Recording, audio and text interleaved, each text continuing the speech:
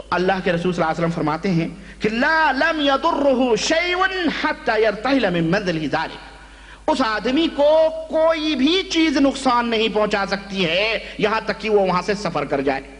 اللہ اکبر، اتنی بڑی دعا ہے، دیکھیں آپ یہ دعا آپ یاد کر لیں، اعوذ بکلمات اللہ التامات من شر ما خلق، یاد کر لیں، خلاص جس کے گھر میں بھی جائیں اب اگر جادو کرے ٹونے کرے انشاءاللہ آپ کو کوئی نقصان نہیں پہنچائے گا۔ ایک صحابی تھے، نبی کریم صلی اللہ علیہ وسلم کہنے لگے یا رسول اللہ، یا رسول اللہ مجھے کل جو ہے رات کو ایک بچھو نے ڈنک مار دیا۔ تو آپ صلی اللہ علیہ وسلم نے فرمایا اما لو قلت حین امسیت، جب شام ہوئی تھی تو نے یہ کیوں نہیں کہا کہ اعوذ بکلمات اللہ التامات من شر ما خلق، یہ کہہ لیتے تو تمہیں بچھو تک ڈنک نہ مارتے۔ اللہ اکبر، یہ حکیم تھے ہمارے نبی صلی اللہ علیہ وسلم جو تھے نا۔ لوگ کہتے ہیں جی کہاں ان سب چکروں میں پڑے ہو، یہ سب یہ نہیں، ہمیں بنی بنائی پوڑیے مل رہے ہیں 200 250 125 5 روپے 12 آنے 12 سوا روپے کی، جاؤ مرشد کے ہاتھ سے کھاگ لے آؤ، کچھ نہیں ہوگا، سب کچھ شفا ہے۔ یہ اللہ کے نبی کی دعائیں ہیں جس میں رحمتیں، یہ نہیں ہماری سمجھ میں آتی، ہم یہ کہہ لیں تو ہمیں کوئی نقصان نہیں، لیکن چونکہ عمل کرنا ہمارے لیے بھاری پڑتا ہے نا، مشکل پڑتا ہے، اس لیے ہم آسان ڈھونڈتے ہیں، آسان چیزیں، اگر اس کے اوپر عمل کر رہے ہیں تو کتنی اچھی بات ہے۔ اچھا، اسی طرح سے ایک سوال یہ بھی ہے، اچھا یہ اسی طرح سے یہ جو جادوگر ہوتے ہیں، یعنی جنات، جو جنات وغیرہ، زیادہ تر جو جادوگر یعنی جو تعویذ پلیتے ولیتے کرتے ہیں نا، کہتے ہیں جی گنڈے تعویذ پلیتے اور یہ سب چلاتے ولاتے ہیں، یہ لوگ در حقیقت کیا ہوتے ہیں معلوم ہے؟ یہ میں انشاءاللہ بتاؤں گا جب جادو کا بیان آئے گا تب، لیکن مختصر طور پر میں یہ آپ کو یہاں بتا دوں تاکہ آپ لوگ جو ہے یہ سمجھ جائیں کہ جو بھی جادوگر، اور میں جادوگر کی پہچان بھی بتاؤں گا، پھٹ سے کہتے ہیں کہ جی مریض کا کوئی کپڑے کا ٹکڑا لے آؤ، اس کا کوئی دھاگا لے آؤ، اس کا کوئی بال لے آؤ، مریض کے ماں کا نام کیا ہے، مریض کے باپ کا نام کیا ہے، اس کی بیوی کا نام کیا ہے، یہ جو لوگ پوچھتے ہیں نا، جب یہ پوچھیں بس سمجھ جاؤ یہ تو بہت خبیث جادوگر ہے، یہ جادوگر کی پہلی نشانی ہے کہ وہ ماں کا نام، باپ کا نام، اسی طرح سے بیوی کا نام، اسی طرح سے مریض کے جسم کے کپڑوں میں سے کوئی چیز طلب کرے گا، اسی طرح کہے گا لال مرغی لے آؤ، ہری پیلی مرغی، کالی مرغا لاؤ، یہ لاؤ وہ لاؤ، ایسا ہے فلانی جگہ ذبح کر کے، ایسا اگر ان میں سے اور بھی 10 5 15 نشانیاں ہیں وہ میں بتاؤں گا۔ پہلے یہ آپ اتنا میں اشارہ کیا ہوں، اگر کوئی پیر، کوئی مرشد ولی اللہ کا دعویٰ کرے اور خوب براجمان ہو کر کے آسن وسن مار کے بیٹھا ہو اور جناب عالی اس کے ہاتھ پر چومے جا رہے ہیں اور کہے جی بیٹے کا نام بتاؤ، بیوی کا نام بتاؤ، اس کا یہ لاؤ وہ لاؤ، اللہ سے توبہ کرتے ہوئے وہاں سے واپس جاؤ۔ یاد رکھو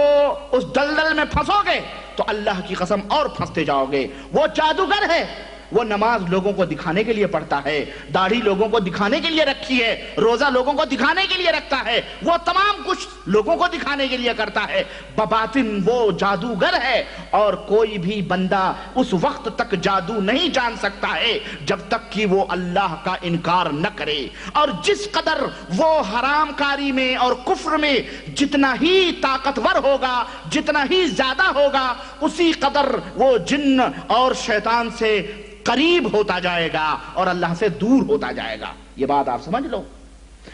یہ جادو قرآن پیروں میں لپیٹ کے حماموں میں جاتے ہیں،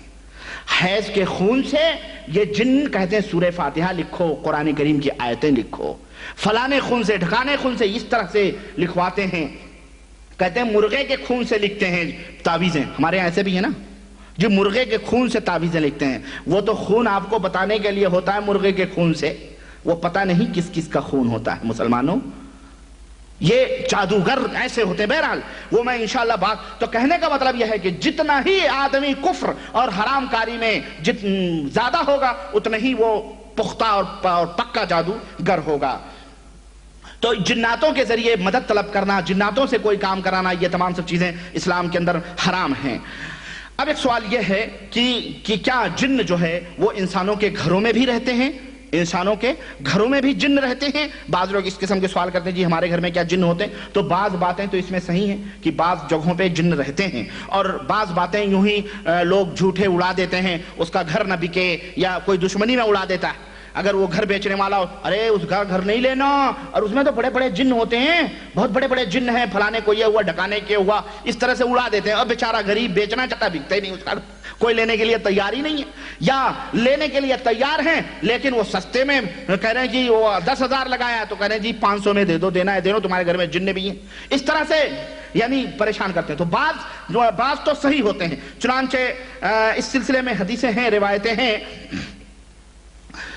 اور اسی طرح سے اور واقعہ بھی ہے کہ ایک ابن عقیل ہیں، ایک اسی دور کے آدمی ہیں، وہ بیان کرتے ہیں کہ ایک آدمی تھا، ایک بغداد کے اندر ایک آدمی تھا، اس کا ایک گھر تھا، تو جب لوگ اس کو کرائے پہ لیتے تھے تو جب صبح ہوتی تھی تو جو بھی کرائے پہ لیا ہے اس کا وہ مرا ہوا ملتا تھا صبح۔ ایک دن ایک حافظ قرآن اس نے اس کے گھر کو کرائے پہ لیا اور رات ہوئی، عشاء کی نماز پڑھا اور قرآن پڑھنا اس نے شروع کیا، تو اتنے میں اوپر سے کچھ لوگ اس کے پاس آئے اور انہوں نے سلام کیا، تو یہ ڈرا بیچارہ، تو انہوں نے کہا ڈرو نہیں، آپ ہمیں قرآن سکھائیں، قرآن پڑھائیں، قرآن سنائیں، تو وہ قرآن سنانے لگے۔ اس کے دوران انہوں نے پوچھا کہ بھائی اس سے پہلے تو نہ جانے کتنے کتنے لوگ اس کے اندر مرے ہیں، جتنے بھی آئے کرائے دار سب مرے ہیں، کیوں ایسا، یہ کیا بات ہے؟ تو انہوں نے کہا ہم لوگ جن ہیں، ہم لوگ مسلمان ہیں، پاک باز ہیں، نیک ہیں، آج تک اس گھر کو جن جن لوگوں نے کرائے پہ لیا اس کے اندر عیاشی کرتے تھے، شراب پیتے تھے اور ہمیں نماز میں یہاں مخل ہوتی تھی، اس لیے ہم انہیں ختم کر ڈالتے تھے، لیکن آج الحمدللہ آپ کو پائے نیک صالح تو ہم آ گئے، ہے نا۔ تو اس طرح سے بھی جن گھروں میں ہوتے ہیں نیک اور صالح جو ہوتے ہیں، اور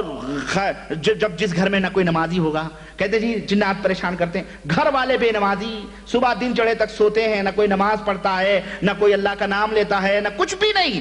اور کہتے ہیں جی بس گندے میلے کچیلے اسی میں سڑی باسوں میں سوتے ہیں، اور جناب علی کہتے ہیں جن پریشان کر رہا ہے، جن کیوں نہیں پریشان کرے گا؟ جب اس طرح کی زندگی تم گزارو گے اور بسر کرو گے، صاف صفائی ستھرائی، اللہ کا کلام ہو، اللہ کے دین کے اوپر عمل کرنے والے ہوں، سب کچھ ہوں، تو پھر گھر پاک و صاف رہتا ہے۔ اور اسی طرح سے اب اچھا چلیں خیر، یہ معاملہ یعنی اس سے یہ پتہ چلا کہ جن جو ہوتے ہیں شیطان میں گھروں میں ہوتے ہیں، لیکن کبھی کبھی اچھے لوگوں کو بھی پریشان کرتے ہیں۔ ایسی شکل میں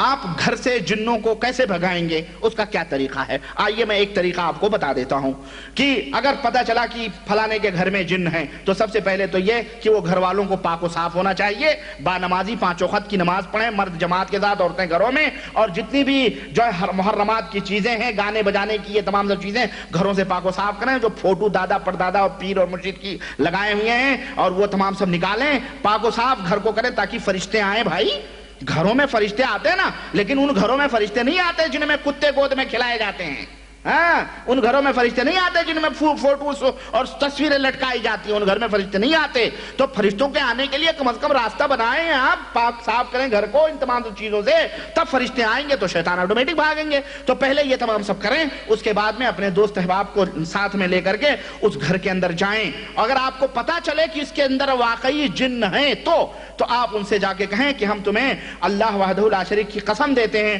اور حضرت سلیمان کے اس عہد اور وعدے کو یاد دلاتے ہیں جو حضرت سلیمان نے تم سے لیا ہے، تم یہاں سے چلے جاؤ، اس گھر کو چھوڑ دو۔ اس طرح سے 3 اور کسی کو یہاں پہ تکلیف نہ دو، 3 دن تک یہ اس طرح سے وہاں اس گھر کے اندر کہیں۔ اب اگر چلے گئے تو ٹھیک ہے، اگر نہیں گئے اور آپ کو معلوم ہوا کہ کوئی گیا ویا نہیں ہے، ابھی تک موجود ہیں یہ، تو پھر اب کیا کریں؟ ایک برتن میں پانی منگائیں اور اس میں اپنی انگلی رکھیں اپنے منہ سے قریب، مثلا یہ برتن ہے اس کے اندر پانی رکھیں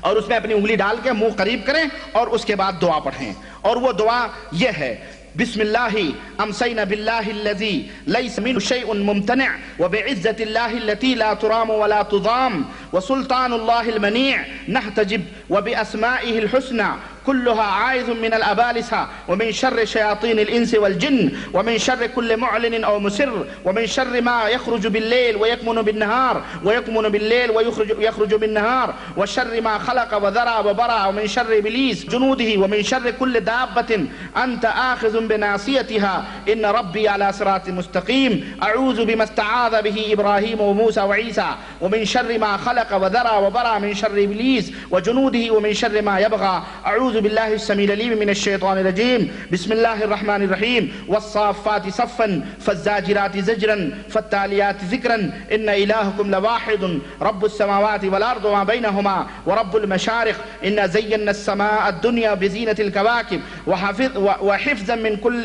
وحفظا من كل شیطان مارد لا يسمعون الى الملأ الاعلى ويقذفون من كل جانب دحورا ولهم عذاب واصب الا من خطف الخطف فتبعه شهاب ثاقب. یہ دعا پڑھ کے اس کے اوپر جو ہے پانی کے اوپر تھوڑا سا مطلب آپ اس کے اندر پھونکیں اور